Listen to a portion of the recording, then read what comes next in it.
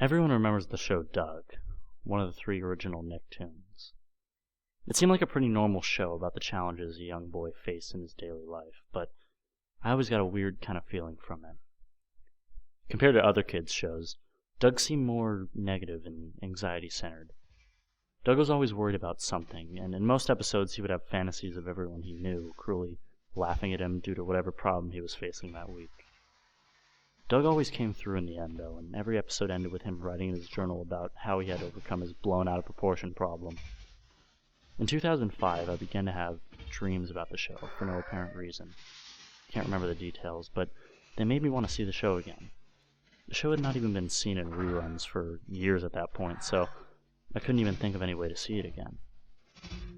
To my surprise, however, it came back for a week in fall of 2005, airing at 6 a.m. on weekdays. I watched it for all 5 days, and the first 4 episodes were episodes I could remember, but they didn't sync up with my memories perfectly. It had been a while, so I just chalked it up to flaws in my memories. The Friday episode, though, was something I was positive I'd never seen before. It started with the normal intro with the line drawings, but the characters never appeared.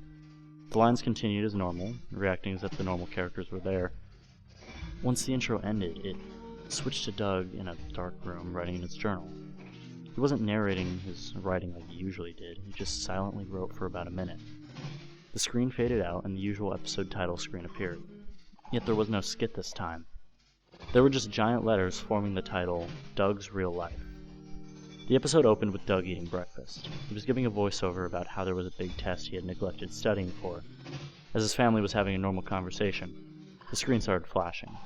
The flashes seemed to be showing something, but they didn't last long enough for me to figure out what they were revealing. Doug left his house and began walking to school. During his stroll, he had one of those fantasies about his life being ruined. Mrs. Wingo announced that Doug had flunked the test, and the entire class started laughing at him with their heads swirling around Doug. This went on for longer than most fantasies, and the laughter sounded crueler than usual. When Doug got to school, the screen flashed again. This time it stayed on the new image, or rather, the new animation style. The colors were darker, and many objects had changed color altogether. It resembled a negative film. Doug was walking through the school hallway, which was full of kids who had never been even seen on the show before. No one paid any attention to him. After Doug got to his desk, the animation switched back to normal. Suddenly, for no reason, the scene changed to after school had ended. Doug was walking home, worrying to himself about the test. Upon reaching his house, his dog Porkchop greeted him. Doug began talking to him until the screen flashed again. Porkchop turned into a hunk of rotting meat, and Doug's house became decrepit.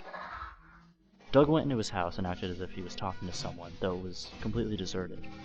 After interacting with invisible people for a while, he sat down at an empty table. The screen flashed again, and Doug's family was there with him, eating dinner. The phone rang, and Doug's mom answered it. Doug instantly thought it was his teacher telling him about him flunking the test. Doug had a fantasy about his parents yelling at him for failing, and in it, they grew to be gigantic, and their faces becoming twisted and dark red. The screen flashed back to the empty house. Doug was crying and apologizing, but there was no one else in the room. He went up to his bedroom, which was completely empty except for a book and a pencil. Doug picked up the book and started writing. He narrated this time. I can't tell which one is real.